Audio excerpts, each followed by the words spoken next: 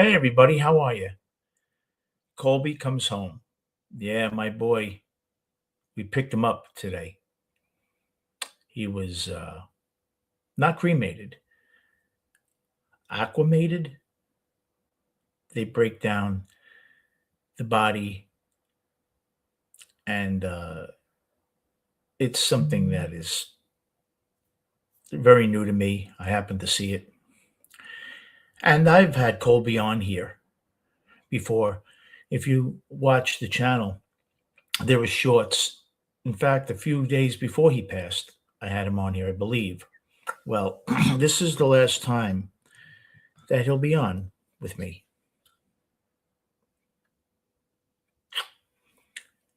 And he used to lay right here while I did my show.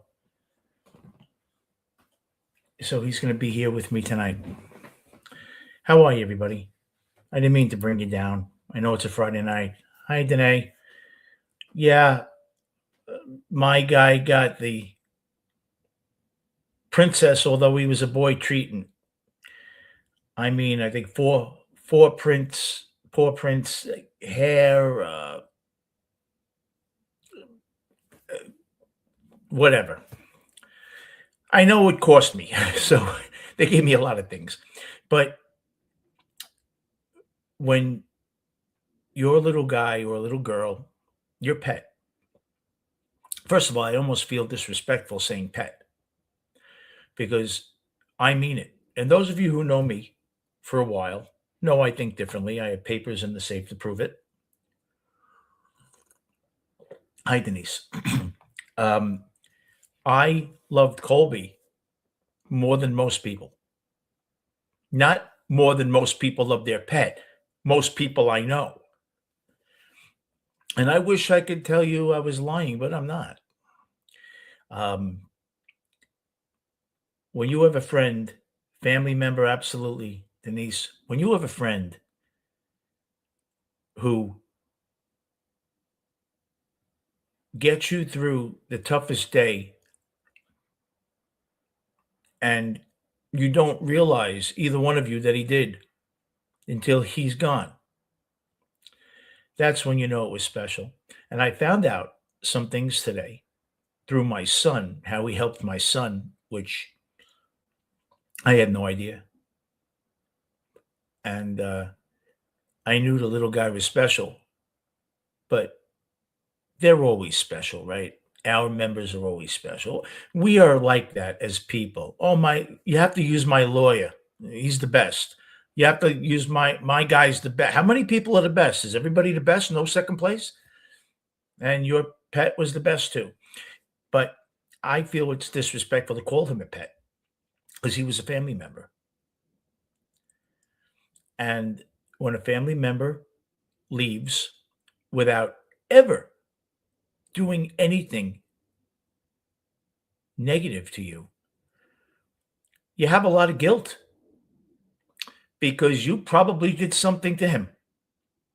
Didn't take him out quick enough when he barked, yelled at him because you were on a business call, or just moved him because he was taking up all of your room on the bed.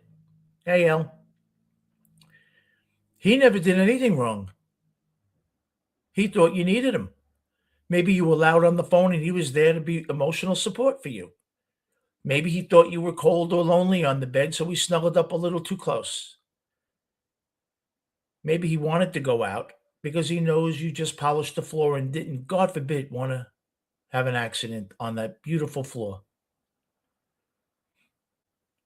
You see, they don't know that people, for the most part, are pricks. And I say that with all respect. People are selfish. People can be downright cruel, sometimes warranted. People could have the me complex, and all of us do it one time or another. We have a right to sometimes. But our little friends, the me is what can I do for you? And I thought I'd feel better when he finally got home It's been 3 weeks. And I feel a feeling that I could never replicate. Talk about chasing the dragon. For those of you who have ever heard of that terminology, it's when you do heroin for the first time, you're always chasing the dragon, trying to get that feeling again, which you never will. Um, but this feeling was something that I could never replicate. It's like pornography. I can't explain it, but I know it when I see it. I can't explain the feeling I have today seeing that little guy who spirit is larger now than that little box that is sitting on my bed. So I see my video is lagging here. Sorry. All I can tell you is let them know that you love them, because one day you'll have to say it out loud and hope they hear it wherever they are. And I do believe they're with us. I truly do.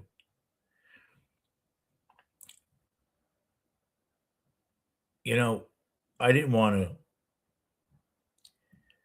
upset anyone tonight, bring you down, but I've shared so much with you guys, and you've always been there for me. You've always been that little extra measure of support, and sometimes that large extra measure of support when I needed it. And I wanted to just show you something because I feel close to you guys, and I feel you deserve that respect for always being there for me, to be included in something very sacred to me. And that's the last time he's probably ever going to be on the screen. So, for those of you who are here live, I'm not going to say I did anything special in your life. You're not going to wake up tomorrow any younger, any richer, any wiser, but you are going to wake up with the feeling that I did care enough, and you are that much to me that I wanted to share it with you. Thank you, Gina. And you've helped me such a great deal with the emails you sent me, and your measure of support is undaunted. And you and your partner, I'm looking really forward to meeting you guys. I think people, when they realize that life isn't forever, nor is it guaranteed to be a fruitful endeavor with all cotton candy and balloons. We realize that at a fairly young age. You may realize that at 15 when your first crush breaks up with you. Some people get a break and get a little longer in the tooth. But whatever the case is, I will tell you this much. The having given your love to a pet, which becomes a non-pet, I know you do, G, is the greatest feeling in the world because it opened me up to something that I didn't have. And my parents had dogs. I had them as I was younger. But, I was always out. They were more attached to my dad, who was ill. Before service dog became fashionable, I believe each one that my dad had was, without the certificate, an emotional support dog. This guy was an emotional support dog for my son and for me because he was there for my son. Little moments where even a dad can't do the trick, but a little 12-year-old, little nothing can.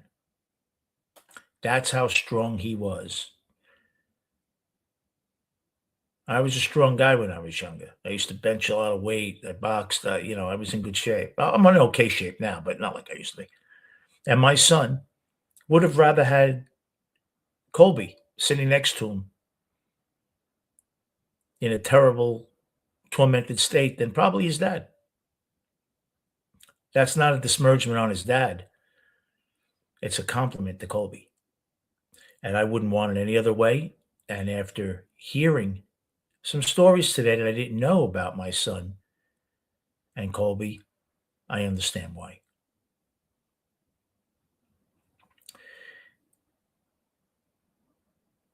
To me, having a pet, I love music. I can play, I write, I can't produce. A full musician, to me, can write, sight read, studio musician, you have to be able to write, read. This way, whatever I put down for you in the bars, you can read it and play it. Having a pet and loving a pet, which becomes a family member, is like being able to produce, knowing what the instrument panel is, knowing every lever, how it affects the song, the cadence. That's the part of your heart that gets opened up. So if you put it in terminology as a musician, learning to produce, that's someone who has loved an adult and now has learned to love a pet. And you've really graduated and got your master's when you don't call that pet a pet anymore. When you hold yourself back from going on a vacation that you really need because you don't want to leave your pet alone. When you find someone who has never monetarily treated you to a drink or a steak dinner, and you'll give up a whole vacation just to have them sitting next to you because you don't want them alone. That's what life's about. And that's what Colby taught me. So I wanted to come on here to share this with you. And thank you so much for always being there for me. And you saw him. And that means a lot to me. Oh wow, Denise, really? That's a big guy. Yeah, they have just amazing personalities. It's incredible. It's incredible. It's funny, they take over the house like they own it, and you find out that because they do, that's why they act that way. And you know what? When I look back, I wouldn't want it any other way. Thank you so much for coming in, everybody. I'm going to be doing a really good show tomorrow on Brian Jones, the unfortunate life and death of Brian Jones, co-founder of the Rolling Stones. I hope you come in. Thank you so much, everybody. I love you guys. Thank you for being there for me.